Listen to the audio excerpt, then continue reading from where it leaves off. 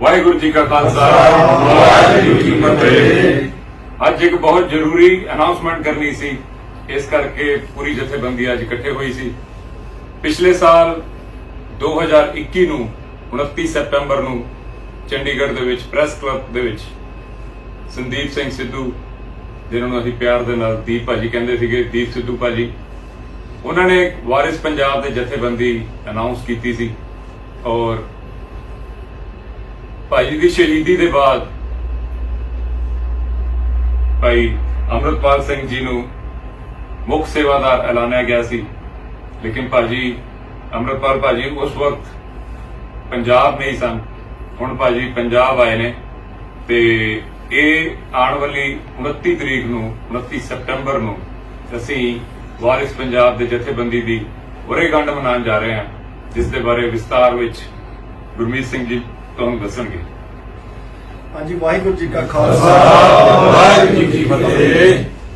ਜਿਸ ਤਰ੍ਹਾਂ ਕਲਸੀ ਭਾਜੀ ਨੇ ਆਪਾਂ ਨੂੰ ਦੱਸਿਆ ਕਿ ਪਿਛਲੇ ਸਾਲ 29 ਸਤੰਬਰ 2021 ਨੂੰ ਭਾਈ ਸੰਦੀਪ ਸਿੰਘ, ਦੀਪ ਸਿੱਧੂ ਬਾਈ ਜੀ ਹੁਣਾਂ ਨੇ ਜਿਹੜੀ ਜਥੇਬੰਦੀ ਦਾ ਆਗਾਜ਼ ਕੀਤਾ ਸੀਗਾ, ਉਹਦੀ ਪਹਿਲੀ ਵਰ੍ਹੇਗੰਢ ਆ ਰਹੀ ਆ। ਅਸੀਂ ਉਹ ਵਰ੍ਹੇਗੰਢ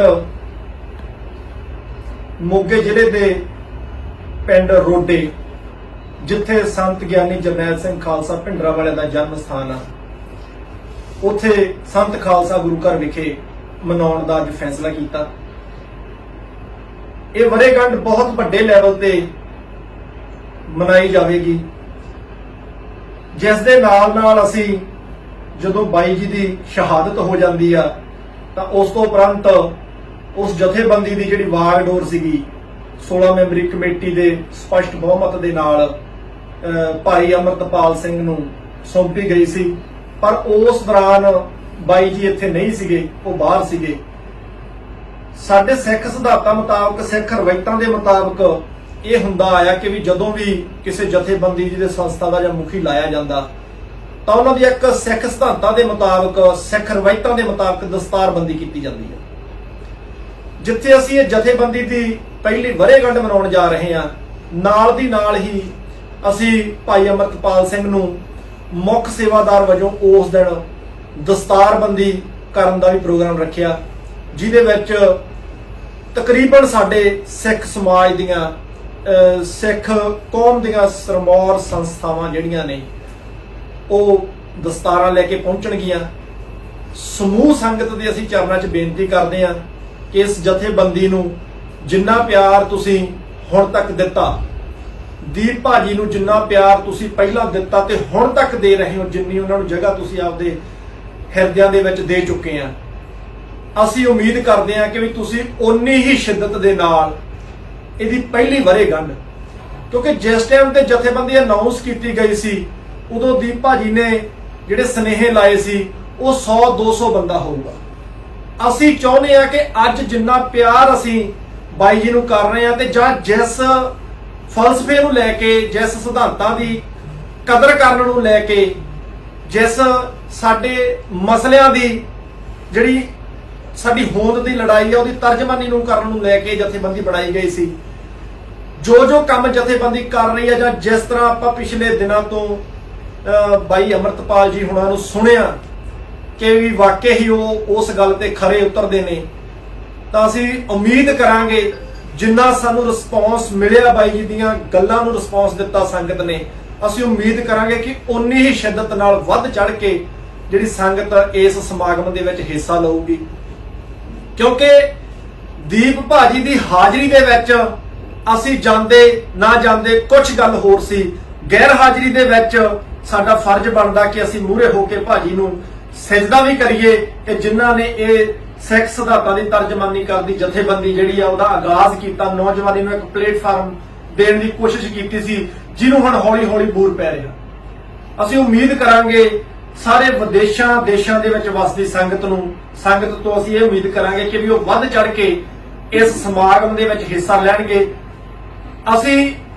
ਇਹ ਪ੍ਰੋਗਰਾਮ ਜਿਹੜਾ ਪਿੰਡ ਰੋਡੇ ਤੋਂ ਰੱਖਿਆ, ਉਹਦੇ ਪਿੱਛੇ ਵੀ ਸਾਨੂੰ ਕਾਫੀ ਮਹਾਂਪੁਰਸ਼ਾਂ ਵੱਲੋਂ ਵੀ ਇਹ ਆਇਆ ਕਿ ਵੀ ਜਿਹੜੀ ਤੁਸੀਂ ਗੱਲ ਕਰਦੇ ਆ ਜਿਹੜੇ ਸਿਧਾਂਤਾਂ ਦੀ ਗੱਲ ਕਰਦੇ ਆ, ਜਿਹੜੇ ਧੱਕਿਆਂ ਦੀ ਗੱਲ ਕਰਦੇ ਸਟੇਟ ਵੱਲੋਂ ਕੀਤੇ ਜਾ ਰਹੇ ਆ, ਉਹਨਾਂ ਧੱਕਿਆਂ ਦੀ ਗੱਲ ਅੱਜ ਤੋਂ 3.5 ਦਹਾਕੇ ਪਹਿਲਾਂ ਸੰਤ ਗਿਆਨੀ ਜਰਨੈਲ ਸਿੰਘ ਖਾਲਸਾ ਭਿੰਡਰਾਂਵਾਲੇ ਕਰਕੇ ਗਏ ਆ। ਤਾਂ ਅਸੀਂ ਤੁਹਾਡੇ ਤੋਂ ਉਹਨਾਂ ਦੇ ਕਹਿਣ ਮੁਤਾਬਕ ਆ ਕਿ ਅਸੀਂ ਤੁਹਾਡੇ ਤੋਂ ਇਹ ਉਮੀਦ ਕਰਦੇ ਆ ਕਿ ਤੁਸੀਂ ਉਸ ਸਥਾਨ ਤੋਂ ਹੀ ਆਪਦੀ ਜਥੇਬੰਦੀ ਦੀ ਪਹਿਲੀ ਉਡਾਨ ਭਰੋ। ਅਸੀਂ ਸੰਗਤ ਨੂੰ ਬੇਨਤੀ ਕਰਦੇ ਆ ਕਿ ਉਹ ਭਰਨ ਵਾਲੀ ਉਡਾਨ ਦੇ ਵਿੱਚ ਤੁਸੀਂ ਵੱਧ ਚੜ ਕੇ ਆ ਕੇ ਸਾਡਾ ਹੌਸਲਾ ਵਧਾਇਓ, ਤਾਂ ਕਿ ਇੱਕ ਜਿਵੇਂ ਆਪਾਂ ਕਹਿ ਸਕਦੇ ਵੀ ਸੰਤਾਂ ਨੇ ਇੰਟਰਨੈਟ ਖੜਕਾ ਕੇ ਜਿਹੜਾ ਸੁਨੇਹਾ ਕੌਮ ਨੂੰ ਦਿੱਤਾ ਸੀ, ਜਸ ਕੌਮ ਦੀ ਲੜਾਈ ਲੜੀ ਸੀ, ਉਸ ਲੜਾਈ ਨੂੰ ਆਪਾਂ ਅੱਗੇ ਸ਼ੁਰੂ ਕਰ ਸਕੀਏ। ਉਹਨਾਂ ਸਿਧਾਂਤਾਂ ਦੇ ਉੱਤੇ ਪਹਿਰਾ ਦੇ ਕੇ ਦਿਨ ਪਰ ਰਾਤ ਅਸੀਂ ਕੌਮ ਦੀ ਸੇਵਾ ਲਈ ਆਪਦਾ ਆਪ ਲਾ ਸਕੀਏ। ਅਸੀਂ ਉਮੀਦ ਕਰਾਂਗੇ ਸੰਗਤ ਤੋਂ,